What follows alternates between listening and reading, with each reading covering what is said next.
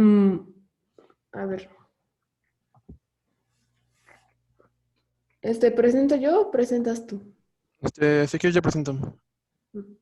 Bueno, nosotros vamos a hacer el ejemplo 4 y somos pertenecientes del conjunto que realizó el trabajo del ejemplo 4. Ritzel y César. Bueno, Y ah, vas.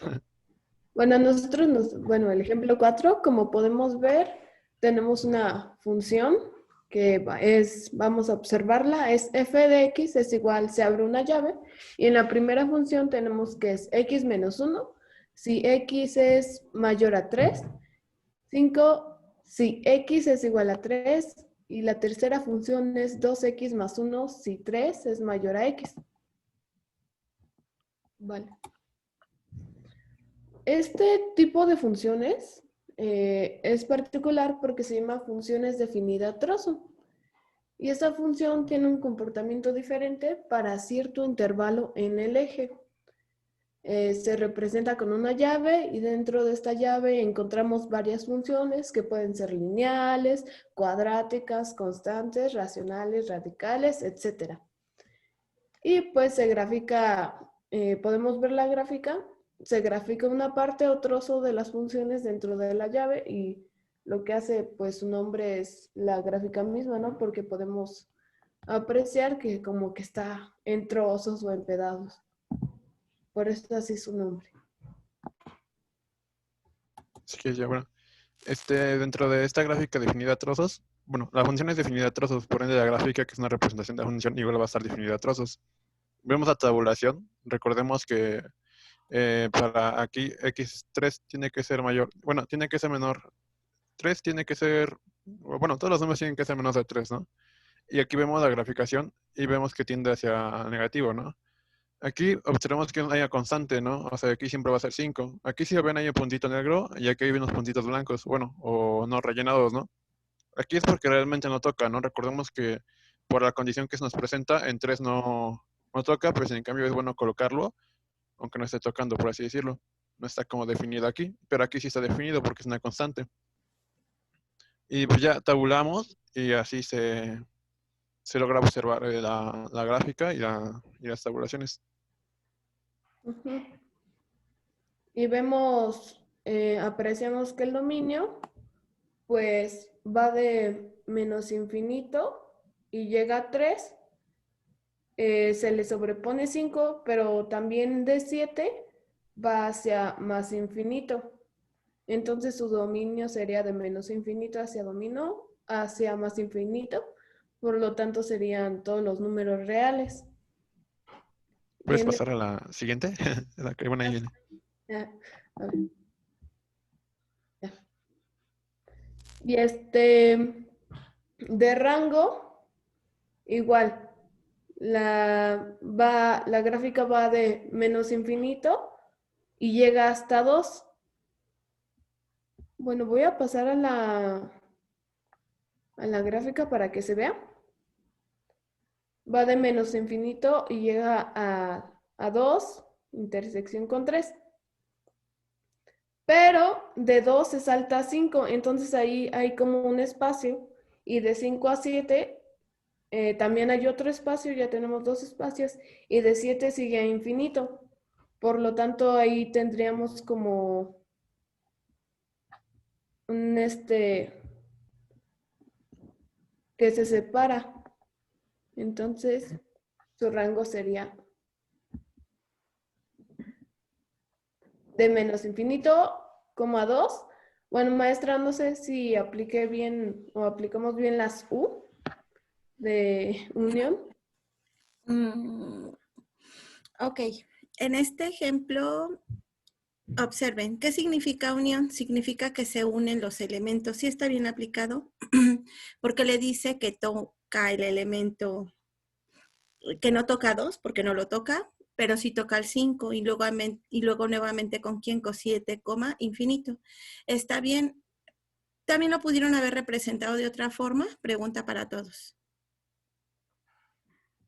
Sí, hay varias maneras, como dijimos, de la vez pasada, la más formal, que era la que si X pertenece al conjunto tal, siempre o tal que no sea ni este elemento o pertenezca a este elemento o así. Esa pudo haber sido otra representación, ¿no? Sí, en este caso sería la condición sobre la variable y. En el rango, sobre la variable y es donde vemos las condiciones. En el dominio es sobre la variable x. Entonces podría ser todas las y tales que y pertenece al conjunto de menos infinito a coma 2 a 5 o de 7 a infinito. Sí, sí está correcto. ¿Les tocaron 2 ejemplos o uno?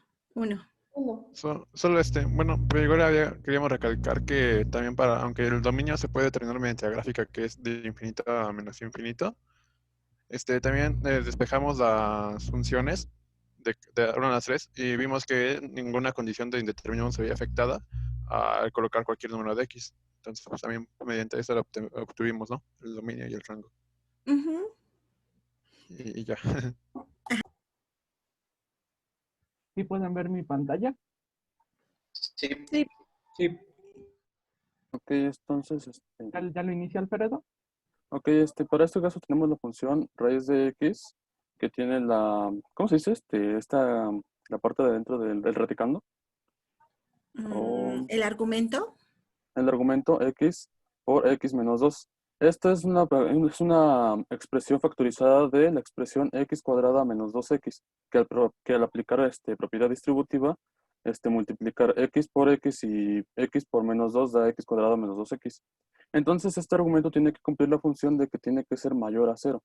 Para esto, esta versión factorizada nos da la posibilidad de cumplir, de obtener las dos soluciones para obtener los dos intervalos. Entonces, primero se va a empezar despejando esta desigualdad, despejando esta, pasándola para el otro lado. A ver si ya me pueden ayudar con el video. La cual queda que x mayor o igual a 0 entre x2, que esto da 0. Entonces aquí se cumple con una de las condiciones. Ya te toca, Aldo. Bueno, después de esto, ya que tenemos despejado el valor de x, lo vamos a hacer ahora despejando lo que es x menos 2, pasándolo del otro lado. Más bien, el x que queda fuera del paréntesis, igual lo vamos a pasar dividiendo pues del otro lado. De manera que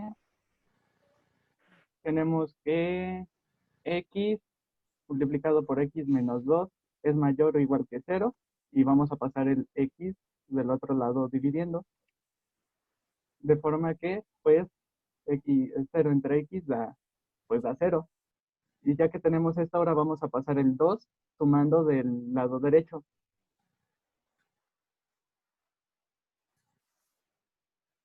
De forma que 0 más 2 pues da 2. De forma que ya tenemos que x es mayor o igual que 2. Entonces ya tenemos dos, podremos decir condiciones para el rango. Y en este momento lo vamos a expresar en la recta como lo hicimos el día de ayer. Tenemos la recta, tenemos 0, y de este lado tenemos 2. Entonces vamos a remarcar de color morado hacia qué valores es válido x.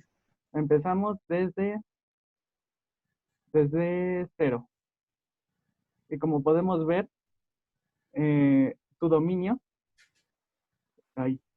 deje que sí. Tenemos que el dominio es válido para ambas situaciones a partir de 2, porque desde 0 lo marcamos con líneas hacia arriba y a 2 menos hacia abajo, de forma que a partir de 2, estas dos se juntan, lo que significa que son válidas para ambas. Ahora, como ya tenemos una parte, solo restaría a volver a hacer el proceso, pero hacia el otro lado. Es decir, que vamos a cambiar los símbolos de mayor o igual que 0 a x es menor o igual que 0 y que 2.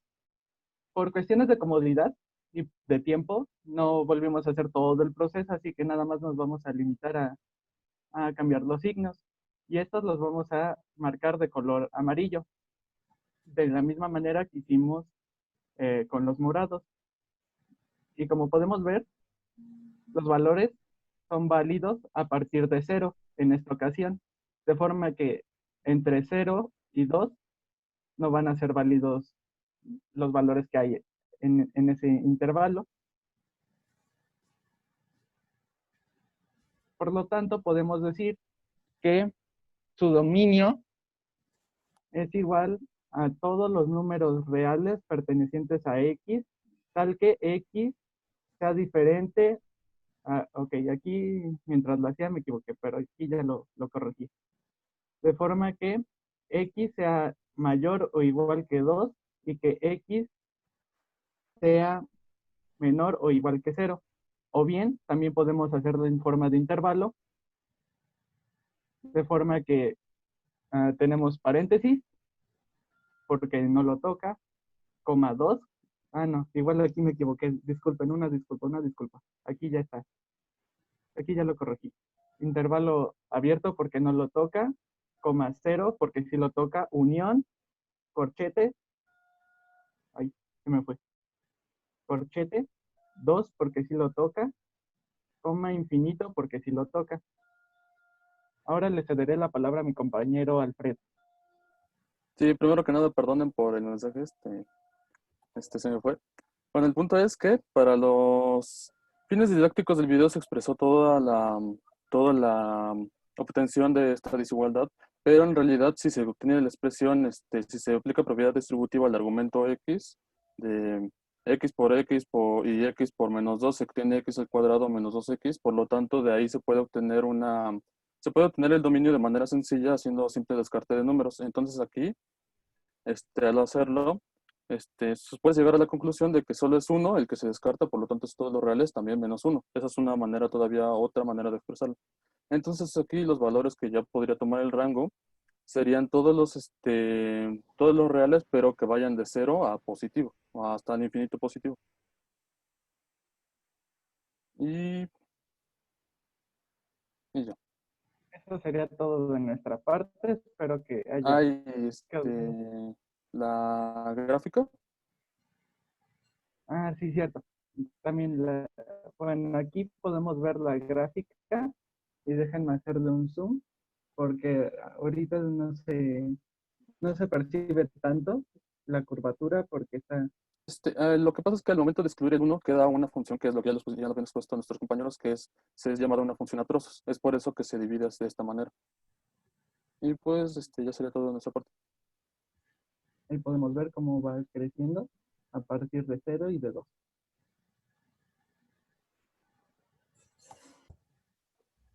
Sí. Sí. Sí, bro. Creo que tengo batería baja. ¿Me permiten tantito? No es cierto, ya, todo bien. Uf, ay Dios, me pongo nervioso.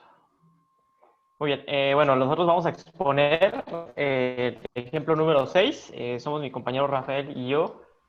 Y bueno, él va a exponer el rango, yo voy a exponer cómo obtuvimos... No, perdón, él va a exponer cómo obtuvimos el dominio, yo voy a exponer cómo obtuvimos el rango y la gráfica la vamos a complementar entre los dos. La función es la siguiente y dejo a mi compañero que haga su trabajo. ¿Comparto yo pantalla? ¿O tú?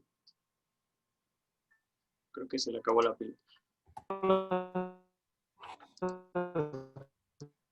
Ahí sí no te escuchas. Nosotros vamos a hacer la función, el ejemplo 6, que es la función, bueno, aquí la escribimos h de x, igual a x al cuadrado menos 9 entre x y menos 3, en donde el dominio de una función racional p de x entre q de x, para que esté definida, es el conjunto de los reales, en donde q de x es diferente de 0. Bueno, esto, ¿cómo era? Sustituyendo, en donde q de x es igual a x menos 3, igual a 0, por lo tanto h de x está definida cuando x es igual a...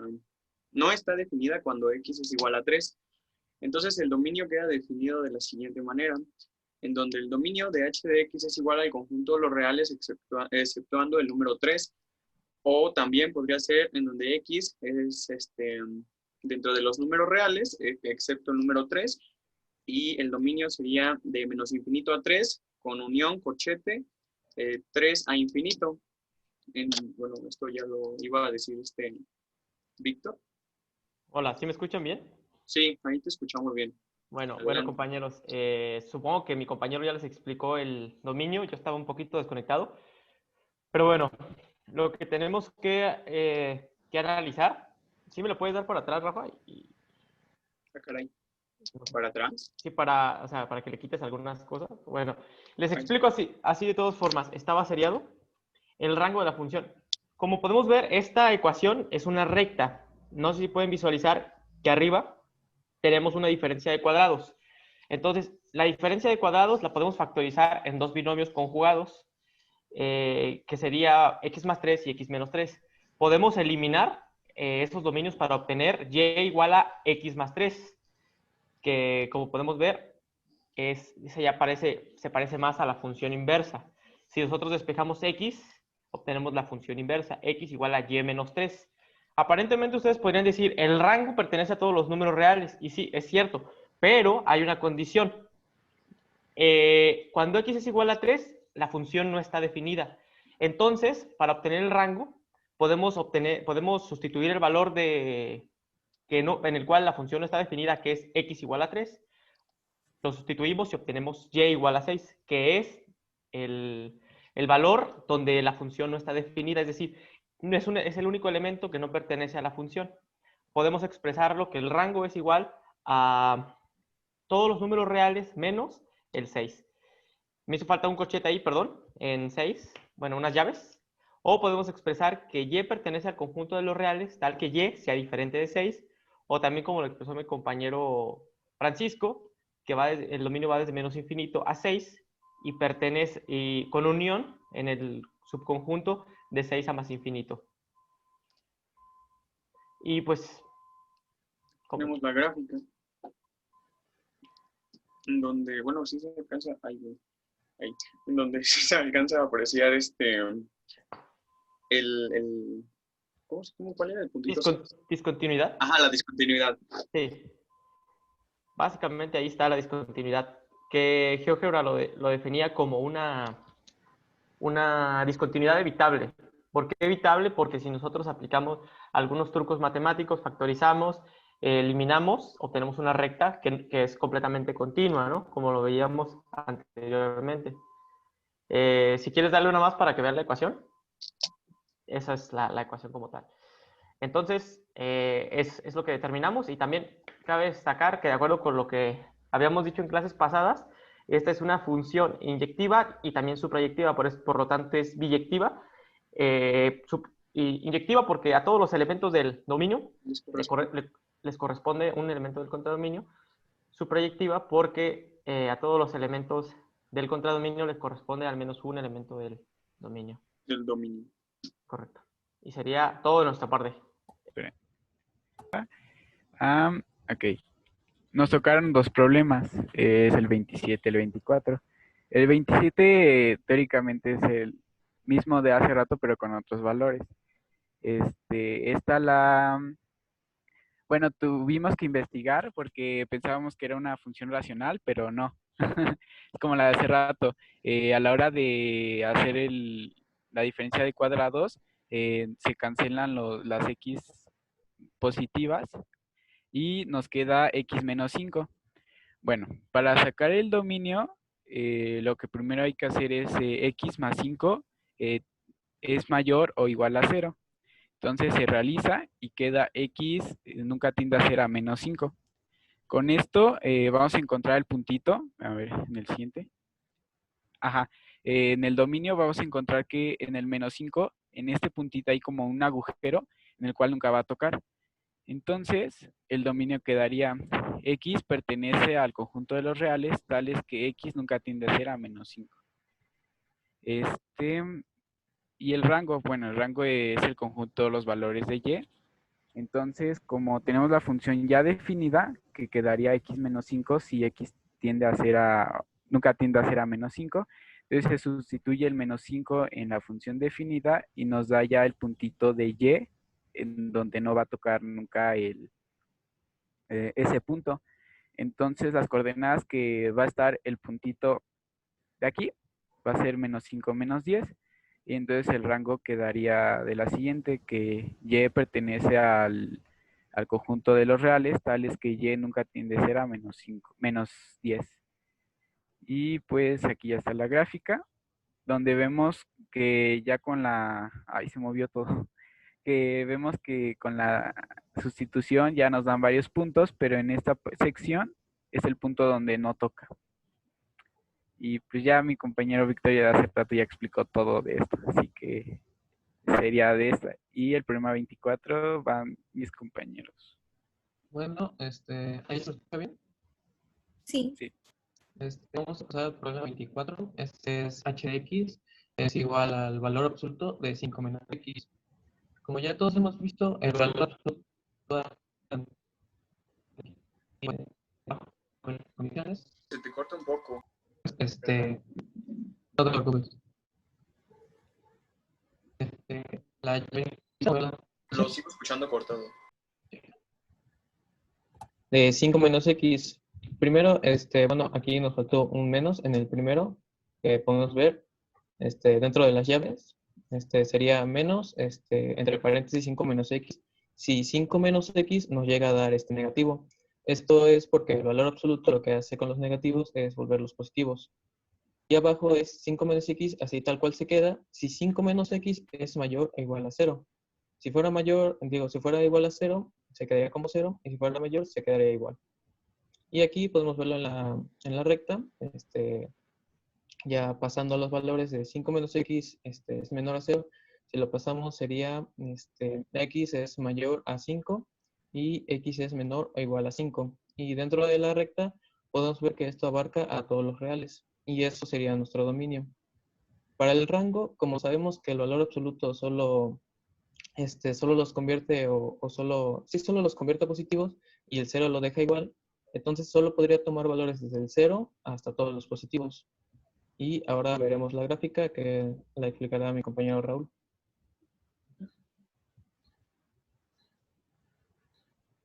Pues como podemos observar, la gráfica es una gráfica se llama función valor absoluto. Lo que va a tener esta gráfica es que en este caso nunca va a tocar a menos 5. Esta función pues es eso. Hay algunas que vienen definidas por otro número que se encuentra fuera se podría decir, del intervalo. Y esas, profesora, yo estaba investigando que esas funciones para poderlas realizar es como si las hicieras cortadas, como si hicieras un reflejo sobre de ella misma para poder despejar, como sacar, se podría decir, como una función más o menos con dos partes, pero continua. Bueno, eso fue también lo que encontré en la de valor absoluto, en una parte. Pero esta sí, lo que nos explica es que nunca se expresa de menos 5 a 5 y de 5 a menos 5.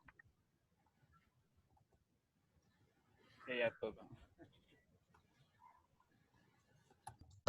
A nosotros nos tocó el ejemplo 10, que, bueno, debemos de decir que nos costó sacarla, nunca habíamos visto este tipo de función. Entonces, bueno, el equipo está pues, en participantes, es Vallejo Galicia, César Eduardo y yo, Arisa Pérez Francisco. Nos tocó la función g de x igual al entero de x menos x.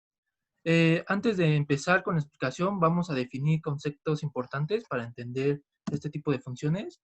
Entonces, primero empezamos con la definición de función máximo entero, que ya lo explicaron un poco, pero técnicamente vamos a verlo de un lado un poco sencillo.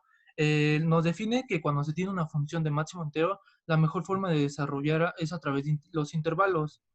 Así se divide entonces en varios intervalos para hacer más rápido la solución del problema que se plantee. En nos pone un ejemplo muy claro que si tenemos un número entero, un número decimal de 3.4, el máximo entero es 3, por lo cual tendríamos que poner 3 si lo tabulamos, x y y, que está del lado derecho. Aquí hay unos ejemplos, o que ahorita vamos a ver, pero pasa lo contrario que si tenemos números negativos. Entonces, Aquí tomamos el menos 3.2, que uno pensaría que se acerca más al 3, ¿no? Pero la realidad es que cuando son negativos, el próximo entero máximo sería el menos 4, y si tenemos el menos 2, es menos 2, allí no cambia porque no hay decimal como tal como para buscar otro entero. En el menos 1.6 igual nos iríamos a menos 2, en el 0 es 0, en el 0.5 igual sería 0, en el 1.7 allí es cuando cambia, si nos vamos al próximo que sería 2, y en el 4.6 sería 5. A partir de allí, bueno, también tenemos otra definición que es importante, que lo va a explicar César Eduardo.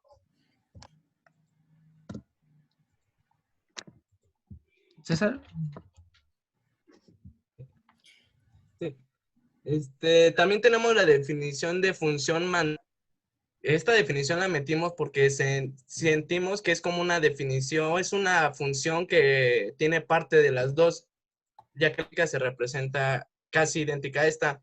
Bueno, la definición mantisa hace corresponder a cada número menos su parte entera. Por ejemplo, si tenemos f de x, x menos parte entera de x sería un ejemplo. Se le corta. El entero de x 0 es 0. Por ejemplo, ¿se me corta mucho? En x 0.9 no tiene parte entera, por lo tanto no se le rena porque solo tiene decimal. ¿Sí se me escuchó? Sí. Por ejemplo, aquí en uno número con entera, que sería x 1.9, resta su parte entera, quedaría como punto parte de x 1.9 sería 1, entonces el resta y quedaría punto 9. Ya lo puedes cambiar. Bueno, esa sería la definición de una función mantisa.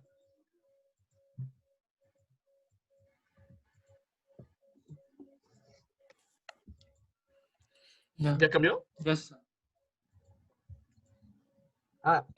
El problema que nos tocó, bueno, la función que nos tocó tiene como un rango de menos infinito a infinito. Como g está definido para todos los valores de x, su dominio es de menos infinito a infinito. Ya que al no contar con ninguna asíntota, también prácticamente su dominio es todos los valores, todos los números reales.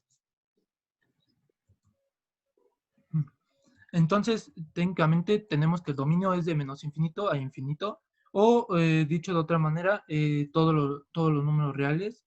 Aquí nos ponía un ejemplo de que si menos 2 es menor o igual que x, debe ser también menor a menos 1, que ahorita lo vamos a ver en el siguiente diapositiva, en los ejemplos de tabulación, que aquí lo vemos más claro, miren. Entonces, César. Sí, ¿te escuchó? ¿Lo explicas? ¿Sí, lo explicas? Pero regrésale a la otra, ¿no? Ah, ok. Analizando la función y el tipo de solución e investigando, de hecho nos tardamos muchas horas investigando y realmente no pudimos encontrar ninguna definición concisa de este tipo de función. Llegamos a la conclusión que, miren, por aquí en el ejemplo donde dice si menos 2 es igual o menor que x, x debe de ser menor a menos 1. Entonces, menos 2 es la parte entera de x, por lo tanto, x puede tomar cualquier valor de entre menos 1.1 a menos 2. Como explicó mi compañero, la parte entera de cualquier número decimal, que por ejemplo en este caso menos 1.1, se redondea, por así decirlo, al entero más cercano, que sería menos 2. Por tanto, entonces g de x es igual a menos 2 menos x. El valor, la función entera de x es menos 2. El siguiente ejemplo tiene que ser igual o menor a x, por tanto, x debe de ser menor a 0. Entonces, debe de ser, x debe de ser cualquier número entre el 0.1, menos 0.1 a menos 1, ya que su función entera sería menos 1. Y así con todas las demás. ¿Ya le doy? Ya. Un ejemplo. Si trazamos de acuerdo a nuestra tabulación, prácticamente es casi una tabulación, tenemos el valor absoluto de x, bueno, el valor de la función entera de x, que sería menos 2, que lo ubicamos aquí en el 2. ¿Lo marcas en el 2? Bueno, pones la flechita en el 2. En el menos 2. Ay.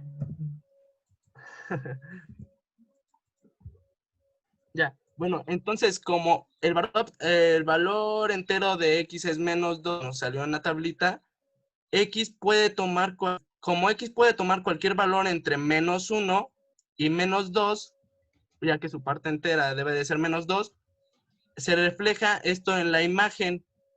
Esta sería la imagen. Y esta sería la imagen, prácticamente va de 0, de menos 1 a 0, tocando el 0 y sin tocar el menos 1, ya que no debe de tocar la parte entera, la otra parte entera que sería el menos 1. Ya, bueno, y aquí el ejemplo nos decía que el contradominio es de menos 1 a 0, lo cual no entendimos muy bien y todavía no logramos determinar por qué nos da ese contradominio.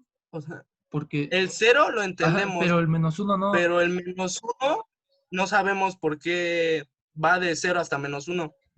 No logramos sacar esa parte de por qué nos lo da así el ejemplo. Pero bueno, ahorita pasamos a eso. En el siguiente, pues ya tabulamos en GeoGebra, que como se dan cuenta es lo mismo que en el anterior, en el ejemplo que decía César, es de menos 2 y aquí termina en menos 1. Que en GeoGebra descubrimos que pues no se mete como bien allí con doble corchete, sino como con este tipo de corchete que está cortado, que la verdad no sabemos cómo llamarlo, pero suponemos que quiere dar a entender que es el número entero de X. Entonces, pues sería todo. Bueno, metimos un video aquí sobre la explicación de la mantisa, pero no sé si sea necesario, no sé si corra bien, supongo que maestra, ¿lo pongo? No.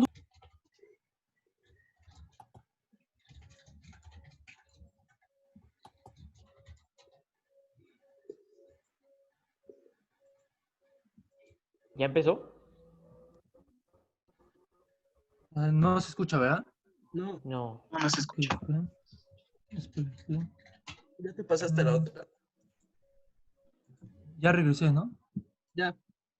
Ok.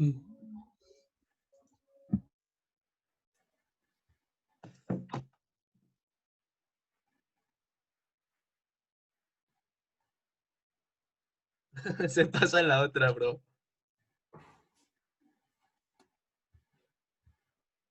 Parte entera. X menos parte entera de X. La mantisa de X se simboliza. Mantisa de X igual a X menos parte entera de X. Veamos el siguiente ejemplo. Mantisa de 0,5 es igual a 0,5 menos su parte entera. La parte entera de 0,5 es 0, ya que cuando el valor de X no pertenece a los números enteros, se debe tomar el menor valor entero consecutivo. Por lo tanto, 0,5 menos 0 es igual a 0,5. La mantisa de 0,5 es igual a 0,5. En el siguiente ejemplo, mantisa de 9,8 es igual a 9,8 menos su parte entera. La parte entera de 9,8 es 9, que es el menor valor entero consecutivo. Por lo tanto, la mantisa de 9,8 es 0,8. Y para hallar la mantisa de menos 1,5 se debe realizar lo mismo, la diferencia de x menos la parte entera de x. En este caso, la parte entera de menos 1,5 es menos 2, que es el menor valor entero consecutivo. Realizando la diferencia se obtiene 0,5, que es la mantisa de menos 1,5. Es decir, que para todo x que pertenece a los reales, la mantisa de x es igual a 0. Cuando pertenecen a los reales, la mantisa de x es igual a 0. Y para todos los valores de x que no pertenecen a los enteros, se verifica que la mantisa de x es mayor a 0 y menor a 1. La función verifica de reales a reales, tal que f de x es igual a la mantisa de x, que es igual a x menos parte entera de x. Veamos la siguiente función. Se toman distintos valores para x y lo que se debe hacer en primer lugar es hallar la parte entera de dichos valores. La parte entera de menos 2 es menos 2. La parte entera de menos 1 es menos 1. Se van a obtener como parte entera los mismos valores que tenemos como x para el dominio, ya que todos los valores tomados son números enteros. Luego de haber hallado la parte entera de dichos números, lo único que queda para hallar f de x es realizar la diferencia de x menos parte entera de x. Menos 2 menos menos 2, 0. Menos 1 menos menos 1, 0. 0 menos 0, 0, y así sucesivamente. Adelántale cuando grafica. Y ahí de los puntos para realizar la gráfica de la función. Realizamos el gráfico de la función mantisa. F de x igual a x menos parte entera de x. Graficamos los valores obtenidos en la tabla. Menos 2, 0, era el primer punto.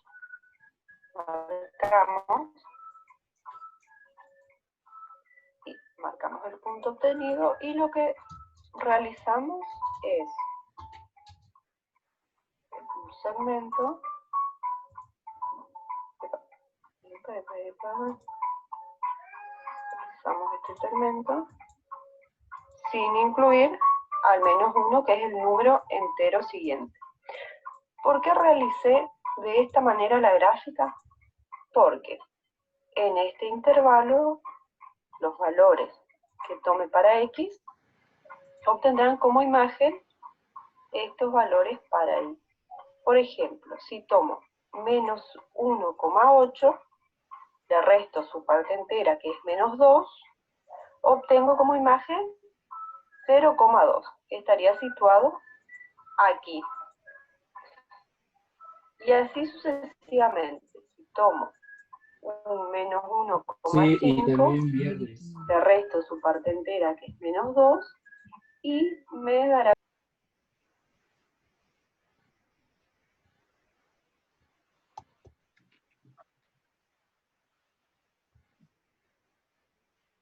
tenidos en la tabla. Para menos 1 era 0. Menos 1, 0, las siguientes coordenadas del siguiente punto que obtuvimos en la tabla. Realizo de nuevo el segmento, por supuesto que con reglas mejor, y marco este punto sin incluirlo porque el 0 no está incluido. Y así sucesivamente con todos los puntos, teniendo en cuenta que si tomo estos valores para x, obtengo estos valores aquí para f de x. Quedando así realizada la gráfica de la función mantisa.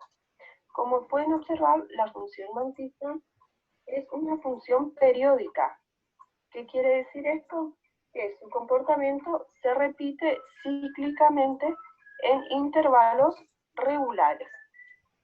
Los extremos de dichos intervalos son enteros consecutivos, como lo pueden visualizar.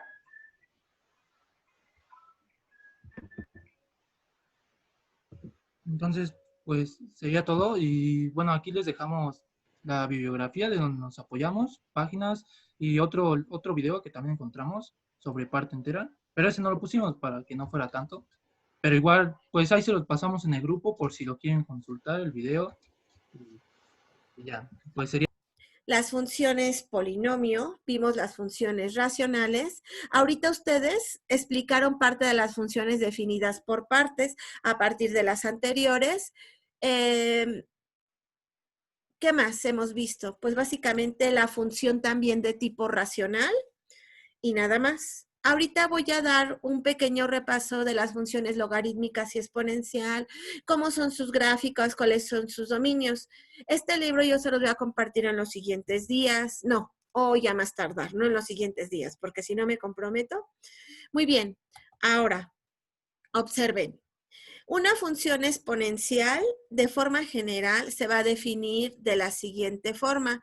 Aquí, observen, el autor, más adelante vamos a ver series y sucesiones, lo define como una sucesión, porque está elevada como 1 más 1 sobre n elevado a la n, donde se considera que n es un entero. Ahorita no voy a ahondar mucho en esta definición, lo vamos a tomar más adelante. Y esto es lo que me interesa, que por ejemplo la función exponencial más conocida es la función que tiene como base a un número que se utiliza mucho para describir la naturaleza, que se le conoce como el número de Euler, que es la E. Es aquel número, de hecho, cuando nosotros tomamos el límite de la sucesión anterior que describíamos, este tiende efectivamente al valor 2.7182, que es efectivamente el número de Euler. Como yo les comentaba, este número es muy importante dentro de las características de la naturaleza, porque aparece un sinfín de veces dentro de la naturaleza. Aldo, ¿subiste la mano? Sí, Dígame. ese número es el que se relaciona mucho con la sección áurea y la proporción de la perfección, comillas. Sí aparece en parte de lo que es la descripción de las secciones áureas. De hecho, más adelante nosotros vamos a hablar precisamente de las secciones áureas en el tema de series y sucesiones, que se ve precisamente antes de integrales. Pero sí, sí tiene que ver. El número de Euler, y de hecho, ya que dicen que no se los deje, para que ustedes vean la importancia de la función con base del número de Euler, van a hacer una pequeña investigación en donde van a buscar ustedes efectivamente, que tiene varias propiedades, entre ellas, este es un caso muy particular el que aparece aquí porque tiene base del número Euler, pero no todas son así.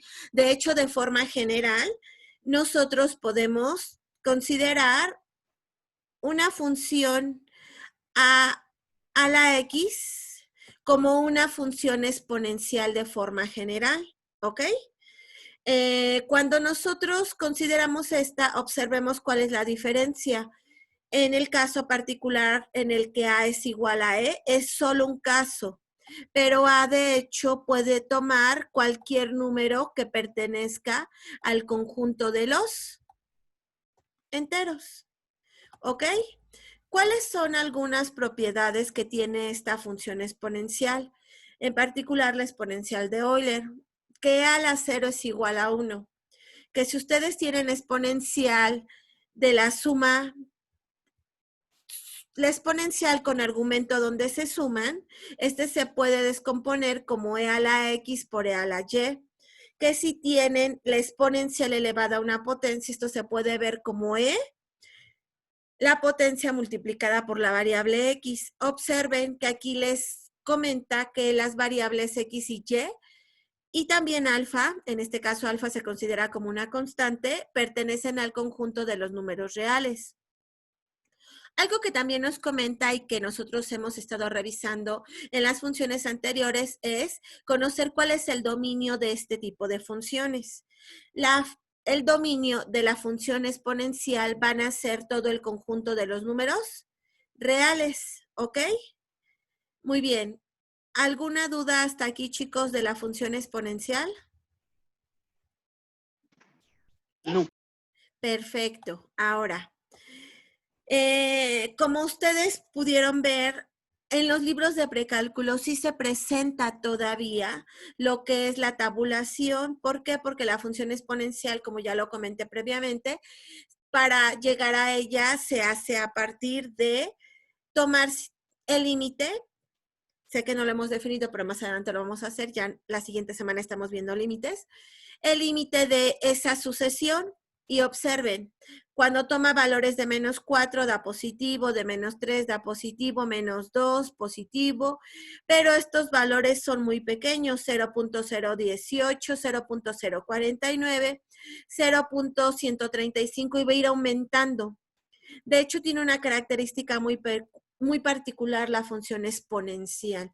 Se le conoce también como exponencial porque conforme van aumentando los valores de la variable x, observemos, esta función comienza a tomar valores mucho más grandes. Observen, del valor 0.8 tiene 2.225, al valor 7 aumenta bastante la cantidad, que es 7.389. Lo mismo para 3, de 2 a 3 aumenta la variable y de 7.389 a 20.08. Y tal cual lo dice su nombre, aumenta de forma exponencial muy grande. La gráfica de la función exponencial, tal cual nosotros lo observamos en este texto, es como se ve a continuación. De hecho, algunos autores se dicen que el eje de las X es una asíntota para esta función. Para valores muy pequeños de X, pareciera que va a tocar el eje de las X, pero no lo toca. De tal forma que únicamente queda rozando al eje de las X. Entonces, función exponencial es una función que también tiene las características de que es creciente entre más grande es el valor de la variable x. ¿O qué más? Hace la observación de que cuando nosotros tomamos el límite de la función exponencial, cuando x tiende a menos infinito, esto va a tender a 0. Sin embargo, cuando tomamos el límite de la función exponencial, cuando la variable x tiende a infinito, esto va a tender a más infinito. Muy bien. Asociada a esta función, observemos la gráfica. Esta función es una función de tipo inyectiva. Como consecuencia de ello, ¿qué características va a tener? Que tiene una función de tipo inversa. ¿Hasta aquí estamos de acuerdo? Esa función inversa, de forma general, se le conoce como función logaritmo, pero en particular para la función exponencial que tiene base de Euler, ese logaritmo tiene base e y se le conoce como logaritmo natural. Es por eso que aquí el autor nos dice, bueno, los autores no solo es uno, lo llaman logaritmo natural y se nombra como ln de x, logaritmo natural de x. Muy bien. En este caso, más que ser una función inyectiva, aquí nos dice lo mismo para la función inversa, que esta función también es una función de qué tipo, biyectiva, y que está asociada, de hecho, se puede ver que efectivamente esta función logaritmo es la función inversa de la exponencial, como se ve. Al aplicar el logaritmo al exponencial y teniendo a la variable x como argumento, resulta ser que esto es igual a ¿quién? Al argumento de la función. Lo mismo sucede si yo tengo la función exponencial con el logaritmo con argumento y, al saber que tanto exponencial como logaritmo de y son funciones inversas, nos queda únicamente el argumento que es y. Muy bien, de esta manera se observa, como yo les comentaba, que tanto logaritmo como exponencial son funciones ¿de qué tipo? Inversas. A diferencia de lo que hace la función exponencial, que es una función creciente, muy abruptamente, la función logaritmo, ¿qué es lo que comienza a hacer? Decrece. Decrece también y también tiene sus propias características matemáticas. ¿Cuáles son esas? Primera característica. Para que el logaritmo natural de x sea una función, el argumento siempre tiene que ser mayor o igual que 0, ¿ok? Tengo una pregunta, chicos, porque hace ratito yo hice... Pregunta, Dígame. profesora. Entonces, ¿todas las funciones inversas son logarítmicas? No. En el caso de las funciones exponenciales, su función inversa sí es logaritmo. Por ejemplo, supongamos que yo Eso tengo quise decir, perdón. la siguiente. Supongamos que yo tengo la función 5 a la x. Esta función es una función exponencial. ¿Cuál es su base? Porque las funciones exponenciales de forma general tienen dos características. Una base que es 5 y la variable que es x. ¿Sí estamos de acuerdo, chicos? Sí. Muy bien. ¿Quién va a ser su función inversa? Lo voy a anotar a continuación. Su función inversa va a ser logaritmo de base 5. ¿Dónde se pone la base? Aquí abajito, de x. No sé si respondí a su pregunta, Moisés. Muy bien. Todas las funciones exponenciales, su inversa son logaritmos.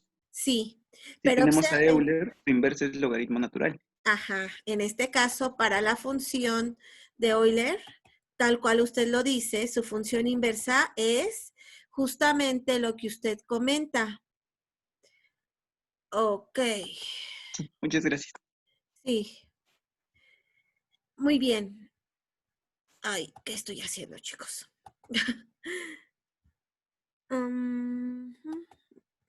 Ok. Una vez que ya entendimos esto, entonces podemos dar un segundo ejemplo. ¿Cuál sería nuestro segundo ejemplo?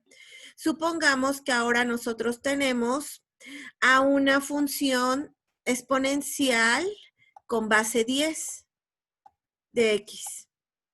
Resulta ser que de las funciones exponenciales, las dos bases más utilizadas son la de logaritmo 10 y la de el número de Euler.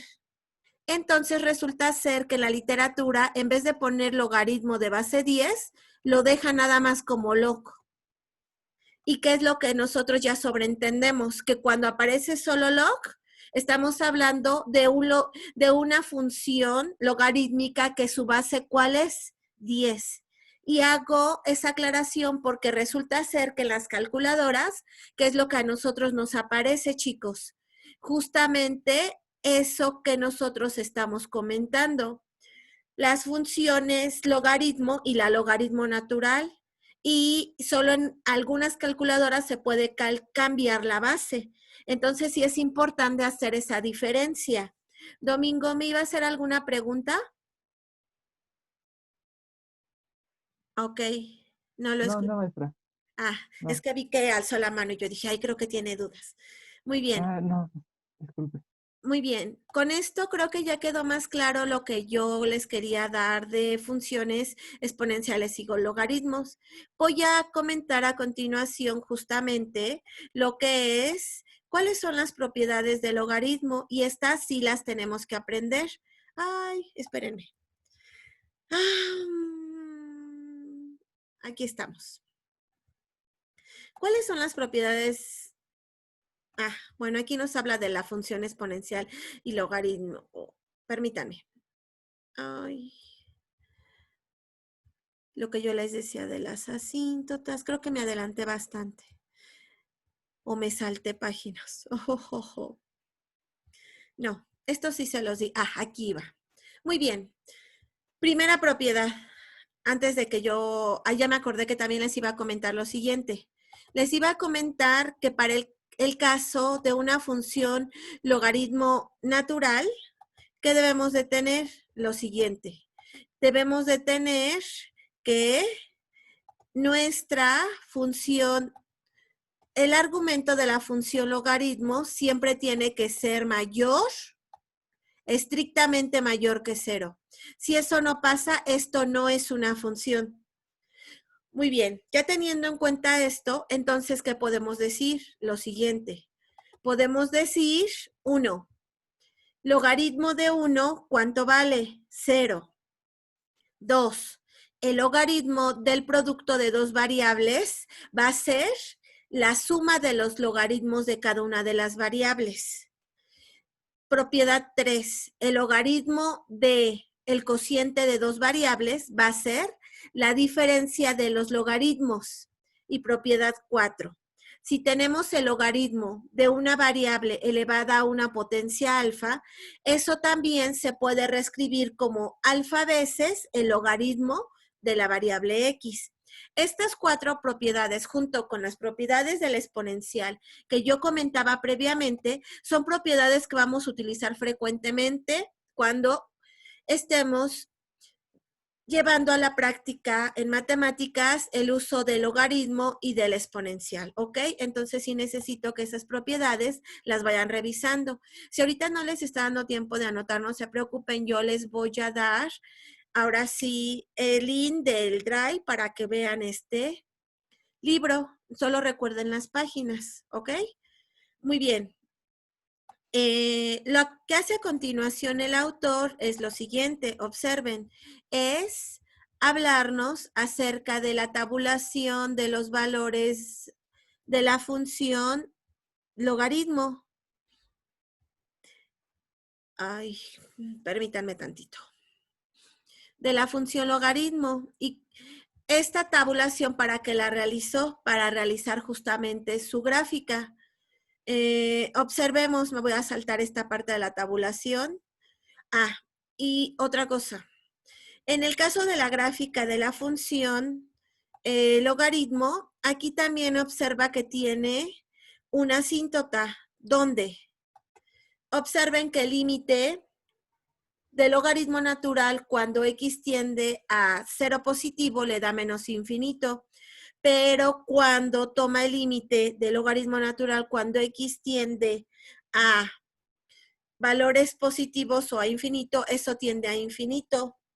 Aquí, ¿qué es lo que nos dice? Que la función logaritmo natural tiene una asíntota vertical ¿en dónde? En x igual a 0. ¿Por qué? Porque le dio menos infinito.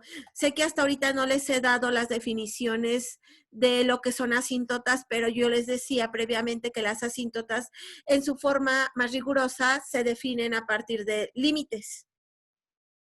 Ya les introdujo, aquí los autores ya les introdujeron parte de eso. Cuando nosotros observamos la gráfica de la función logaritmo, observamos que es esta. Es justamente esta gráfica. De hecho, algunos autores, en este caso no estos, dicen que para obtener la gráfica de una función inversa es como si ocupáramos, primero, dependiendo de dónde se encuentre, reflejan la función de la gráfica, en este caso la exponencial, recuerden que va en aumento de esta forma. Para obtener su función inversa, ponen un espejo. Entonces la gráfica comienza a verse de esta forma. Ponen su imagen hacia abajo y luego la voltean. Cuando la ponen hacia abajo y luego la voltean, les da un comportamiento como esto. De hecho, hacen varios dobleces. Creo que no me di a entender, ¿verdad? Porque veo sus caritas. No, profa, no se preocupen. Eso se los voy a compartir también. Muy bien. Lo que yo les comentaba. Vamos a hablar ahora de logaritmos y exponenciales con otras bases. Aquí dice que vamos a definir de forma general una función exponencial con base general como a la x. Como ya lo habíamos comentado, nosotros también esto lo podemos expresar a la x. Sabemos que exponencial y logaritmo son funciones inversas, como el logaritmo de a la x o bien como x veces logaritmo de a por la propiedad de logaritmos que comentábamos. Cabe resaltar en este caso que el dominio de esta función exponencial son todo el conjunto de los números reales. Ahora hablemos del logaritmo, lo que yo les decía. Para cualquier base, el logaritmo, ¿quién va a ser? Logaritmo de base a de x. O también, en su defecto, otra manera de representar esto es a través del cociente del logaritmo de x sobre logaritmo de a. esta definición sí me gustaría que la tomaran en cuenta, porque más adelante cuando veamos las propiedades de las derivadas, se utiliza precisamente esta definición para determinar cuál es la derivada de una función logaritmo en su forma más general, ¿ok? Muy bien. En este caso, ¿cuál es el dominio de esta función logaritmo de cualquier base? El dominio, tal cual yo les decía, únicamente toma valores positivos de 0 a infinito, es decir, el 0 no lo toca. Muy bien. Ahora, una vez entendido esto, las propiedades son similares a las que veíamos en el caso del exponencial de Euler. A a la 0 es igual a 1. A de x por a de y se puede expresar también como a de x más y. A de x elevada a la y se puede expresar como a x por y. Si se dan cuenta, son las mismas propiedades, pero ahora para cualquier base. Lo mismo sucede con los logaritmos. El logaritmo de 1 para cualquier base, ¿cuánto vale? 0. Logaritmo de x por y es igual a logaritmo de base a de x más el logaritmo de base a de y. El logaritmo de base a del cociente de x sobre y es la diferencia de los logaritmos de base a. Cuarta propiedad, el logaritmo de base a de x a la lambda es igual a lambda veces el logaritmo de base a de x. Muy bien, ¿alguna duda hasta aquí, chicos? No todo bien, maestra. Ay, perfecto, qué bonito que entiendan todo esto. Voy a bajar la diapositiva, bueno, el texto. Muy bien, ahora. También es posible hacer un cambio de base en el logaritmo de la siguiente forma. Observen, siempre y cuando nosotros tengamos que la base, tanto a como b, sean mayores que 0. El logaritmo de a de x se puede expresar como ¿quién? Como el logaritmo de b de x sobre el logaritmo de b de a. Estas dos expresiones son equivalentes. Observen cómo pasamos de una base a una base b. ¿Qué más? Esta propiedad que yo les comentaba de que la función logaritmo con su base a y la función exponencial de base a son funciones inversas. Observen que ambas tienen la misma base. Solo entonces es cuando se llega a que la función queda únicamente, son inversas una de la otra y nos queda únicamente el argumento tanto de la variable x como de la variable y. Muy bien, todo esto de momento me lo voy a saltar porque yo les decía que vamos a hablar más adelante de las sucesiones. Y hasta aquí parte de lo que es las funciones exponenciales y logarítmicas. A mí me gustaría verlas con más detenimiento, pero si yo continúo con esto, entonces nosotros no vamos a avanzar en las demás, que también son de vital importancia. Esto yo creo que más bien se los voy a dejar como un reporte para la siguiente clase, para que ustedes estudien por su... Ay, permítanme. Para que ustedes estudien por su cuenta a estas funciones con más detenimiento y sobre todo vean dónde son utilizadas estas funciones. Muy bien. ¿De qué va a ser el reporte? De cuál es, bueno, lo que analiza aquí los autores de la UAM respecto de las funciones exponenciales y logarítmicas y cuáles son las aplicaciones de estas funciones en la naturaleza. ¿Ok? Lo va a subir a Classroom, ¿verdad? Lo voy a subir a Classroom, sí. Sí, han notado, yo hasta ahorita todas las tareas que yo les dejo las he subido a Classroom. De hecho, aquí en esta parte los autores les hablan de algunas aplicaciones precisamente de estas funciones. Permítanme. Es que ya quiero pasarme a las funciones trigonométricas.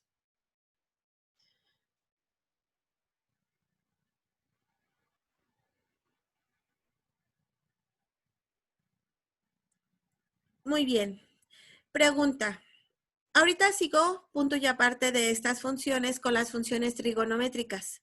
Si ustedes recuerdan, las funciones trigonométricas ya tiene tiempo que ustedes comenzaron a estudiarlas. ¿Cuál es el origen de las funciones trigonométricas? No sé si lo recuerden. La El relación del triángulo. coseno y la tangente, ¿a eso se refiere? Ah, sí. El origen de las funciones trigonométricas, ¿cuáles dicen que son? Yo iba a mencionar el triángulo rectángulo, de ahí nació, ¿no? Del teorema de Pitágoras y todo eso. Toda esa parte de la geometría. Sí, de hecho, la primera vez que ustedes vieron esto fue probablemente en la secundaria y fue precisamente con esa, a partir del triángulo rectángulo. Pero el triángulo rectángulo, ¿en dónde está originalmente?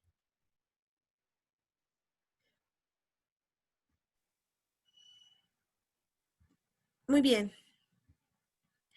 Observen. A las funciones trigonométricas normalmente también se les conoce como bajo el nombre de funciones circulares, porque resulta ser que al describirlas, tal cual ustedes lo habían comentado, lo hacemos a partir de un triángulo rectángulo. Este triángulo rectángulo, si fijamos nuestra atención en este punto que está aquí, ¿qué es lo que nosotros comenzamos a hacer? Lo comenzamos a describir a partir del ángulo teta, ¿cierto o no? Entonces, este punto que le voy a llamar X, Y de forma general, este punto lo comenzamos a mover a lo largo justamente de un círculo. ¿Un círculo de qué forma? Unitario en su mayoría de los casos. Si nosotros suponemos que nosotros nos desplazamos del origen de nuestro sistema coordenado a la variable X una unidad. Entonces, normalmente lo que nosotros hacemos aquí es la descripción del mismo sistema cartesiano, pero en un tipo particular de coordenadas, que comúnmente llamamos coordenadas polares. Nosotros observamos, además, que a partir de esta figura podemos nosotros determinar o definir a el seno de X y al coseno de X. Ahorita lo vamos a hacer. Muy bien. Ahora dice el autor, los autores. Existen dos maneras de medir el ángulo. Es a través de lo que conocemos comúnmente como grados. Es decir, en una vuelta completa vamos de 0, que en este punto, a 360 grados. O bien en radianes, que sería de 0 a 2pi radianes. Dentro de la investigación, la medida en ángulos normalmente se da en radianes, no se da en grados, pero se suelen utilizar con poca frecuencia dentro de la investigación. Aquí nos hace la aclaración que un grado es igual a 2pi radianes sobre 360. Y hace algunas conversiones. Estas me las voy a saltar porque yo ya sé que ustedes sí lo manejan. De tal forma que nos dice que un pi radian es igual a 180 grados. En esta primera parte lo que hace es describir precisamente la manera en la que nosotros medimos los grados. Ahora, yo les comentaba, las funciones trigonométricas tienen un origen a partir de el círculo unitario, es decir, a partir de esta función. Esta función que corresponde a una circunferencia, un círculo centrado en el origen de radio 1. Una vez teniendo esto, ¿qué es lo que hacemos? Podemos ya definir lo que son las funciones justamente trigonométricas. Observemos. Observemos que vamos a definir, oh my God, Permítanme.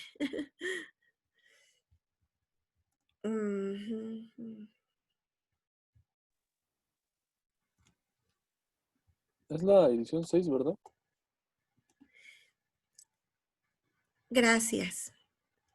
Justamente eso es lo que nosotros hacemos.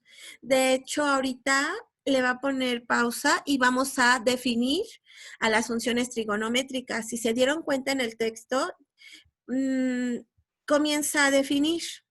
¿Qué es lo que nosotros tenemos aquí? Obsérvense que aquí en el eje de las X, por definición trigonométrica, nosotros sabemos que el cateto opuesto, ¿quién es el cateto opuesto? Si nosotros lo relacionamos, podemos decir que la variable, bueno, en el caso, coseno de X es igual a cateto adyacente sobre la hipotenusa. Pero para el coseno de X, ¿cuánto vale la variable? Bueno, en este caso, ¿quién es la variable que define al cateto adyacente? La variable X. ¿Y cuánto vale la hipotenusa? Como tenemos un círculo unitario, nuestra hipotenusa vale 1, por lo que ya obtuvimos la definición. X es igual a coseno de el ángulo teta. Ahora para Y, nosotros sabemos que el seno de teta es igual a cateto opuesto sobre hipotenusa. ¿Qué variable describe al cateto opuesto? La variable Y. ¿Y cuánto vale la hipotenusa? 1. Por lo tanto, nosotros, ¿qué vamos a obtener? Que el seno de teta es igual a Y. Y esas son justamente las definiciones que nosotros tenemos. Ahorita era justamente lo que yo les iba a poner, pero déjenme ver ya. Déjenme ponerme en la página donde...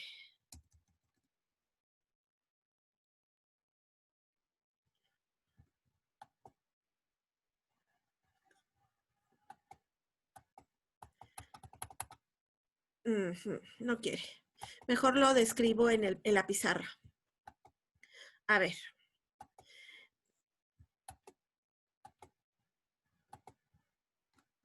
Lo que yo les comento. ¿Qué es lo que nosotros tenemos? Nosotros tenemos nuestro sistema cartesiano. Aquí aparece nuestro punto X, Y. Este es nuestro triángulo rectángulo y este es el ángulo teta. Hasta aquí estamos de acuerdo. Ahora bien, yo les decía, esta es la variable Y. Esta es la variable X. Y para este triángulo rectángulo, esta que es la hipotenusa, vale 1. Entonces, ustedes por trigonometría decían el coseno de teta a que es igual a cateto adyacente sobre hipotenusa, ¿cierto o no? Pero ¿quién es el cateto adyacente en esta figura que yo les acabo de compartir? El cateto adyacente es justamente la variable X sobre la hipotenusa, pero en nuestro triángulo rectángulo, ¿cuánto vale la hipotenusa? 1. Por lo que nosotros acabamos de obtener que X es igual a ¿quién? Al coseno de teta. Por otro lado, nosotros tenemos que el seno del ángulo teta es igual a ¿quién? A cateto opuesto sobre la hipotenusa. Y eso es igual a ¿quién? A la variable Y, que es nuestro cateto opuesto sobre la hipotenusa. Es decir, Y es igual a seno del ángulo teta. Ahora, el video que nos compartió su compañero Domingo nos ayuda bastante. ¿Por qué? Porque dense cuenta que ustedes comienzan a dar vueltas aquí, así como los juegos mecánicos a los que luego vamos, ¿no? sobre todo a la feria, en la rueda de la fortuna, que estamos dando vueltas, una vuelta 360 grados, otra vuelta 720, o una vuelta pi radianes, 2 pi radianes, perdón, otra vuelta 4 pi radianes, y al final, ¿ustedes qué están haciendo? Lo único que están haciendo es dar vueltas y vueltas y vueltas, como cuando vamos a justamente el carrusel o vamos a la rueda de la fortuna, ¿cierto o no? Y si es cierto eso, entonces, ¿qué observamos? Que la función tanto coseno como la función seno se vuelven a repetir en comportamiento. Es por ello que cuando nosotros observamos sus gráficas, ¿qué es lo que nosotros vemos? Justamente ese comportamiento. Ah, miren. Ahorita ya les voy a compartir lo que no podía compartir en el libro. Ya se ve. Es esto, miren, chicos. Seno de teta es igual a cateto opuesto sobre hipotenusa, que es y sobre 1, y es igual a seno de teta. Seno de teta es igual a cateto adyacente sobre hipotenusa, que es x sobre 1. Y entonces nosotros tenemos esto y damos vueltas y vueltas, ya sea en el carrusel o en la rueda de la fortuna. Esa es la definición de las funciones senos y cosenos. Y una vez que damos una vuelta, si nosotros comenzamos, importante en esta parte, para graficar tanto la función seno como coseno, ustedes mínimo deben de dar una vuelta, ya sea en grados 360 o en radianes 2 pi radianes. Es por ello que aquí el autor fue lo que hizo. Identidades. Bueno, antes de esto, si nosotros graficamos estas funciones, nos da justamente un comportamiento en forma ondulatorio, tanto de seno como de coseno. Observemos, tanto la función seno como coseno, la diferencia entre una gráfica y otra es un desfasamiento en el comportamiento que vamos a ver en la siguiente clase. Ya son las 12:22. Muy bien. ¿Alguna duda hasta aquí de esto que